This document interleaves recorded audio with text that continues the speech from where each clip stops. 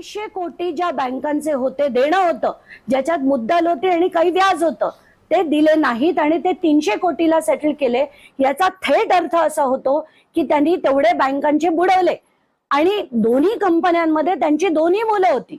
म्हणजे एका कंपनीत निखिल, दुसऱ्या कंपनीत सारंग, आणि त्यांनी थेट खोटं दाखवून, त्यांनी कंपनी बंद आहे असं दाखवून एनसीएलटीची ऑर्डर घेऊन हे सगळं केलंय. ही फसवेगिरी आहे आणि यासाठी त्यांच्यावर ऍक्शन झाली पाहिजे. पूर्णपणे त्यांनी आर्थिक फसवणूक लोकांची केली. लोकांच्या डोक्यावर असे रोडवेज थोपवले, एवढंच नाही तर टोल्स थोपवले आणि त्याच्यातनं मिळालेला पैसा हा आयडीएल मध्ये आला. आयडीएल मधनं त्यांच्या दोन्ही मुलांच्या कंपन्यात त्यांना ते एक थेट कंपनी बनवून त्यांच्या मुलांच्या हातात हवाले केली गेली, असाच माझा थेट आरोप आहे. दोन्ही हातांनी त्यांचे मंत्री खातायत आणि आत्ताच्या घटकेला जे मी नितीन गडकरींचा दाखवलंय, ही एक कंपनी दाखवली.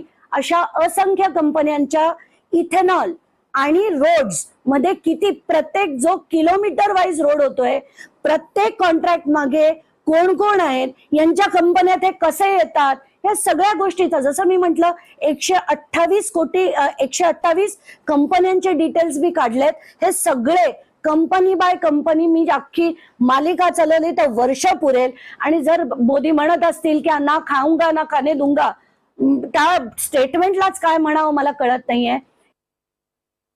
आज मी केलेली सुरुवात, कारण ज्याला express way man of India म्हटलं जातं, त्यांचा गौरव केला जातो, तो माणूस प्रत्येक किलोमीटर मागे पैसे खातोय, त्यांच्या टोल मध्ये पैसे खातायत. मला सरळ सरळ आज हे म्हणायचंय की एवढं होत असताना सरकारच्या यंत्रणा काय करतायत हे जर मी शोधू शकते, तर ईडी सीबीआय शोधू शकत नाहीत, त्यांच्यावर कारवाई करू शकत नाहीत. आम्ही कर भरतोय, उठता बसता प्रत्येक गोष्टीत, road tax, sales tax, GST, सगळे टॅक्सेस भरतोय. वर आमच्या डोक्यावर टोल तुम्ही का थोपवताय? ह्या सगळ्या गोष्टीचे मी हे पेपर आनंदाने द्यायला तयार आहे. ईडीने मला समन्स पाठवावे, मी जाऊन हे सगळं ईडीच्या हातात, सीबीआयच्या हातात द्यायला तयार आहे. याची चौकशी करावी आणि योग्य ती कारवाई, मंत्री आहे म्हणून ती थांबवण्यात येऊ नये, त्यांच्यावर झाली पाहिजे अशी कळकळीची विनंती.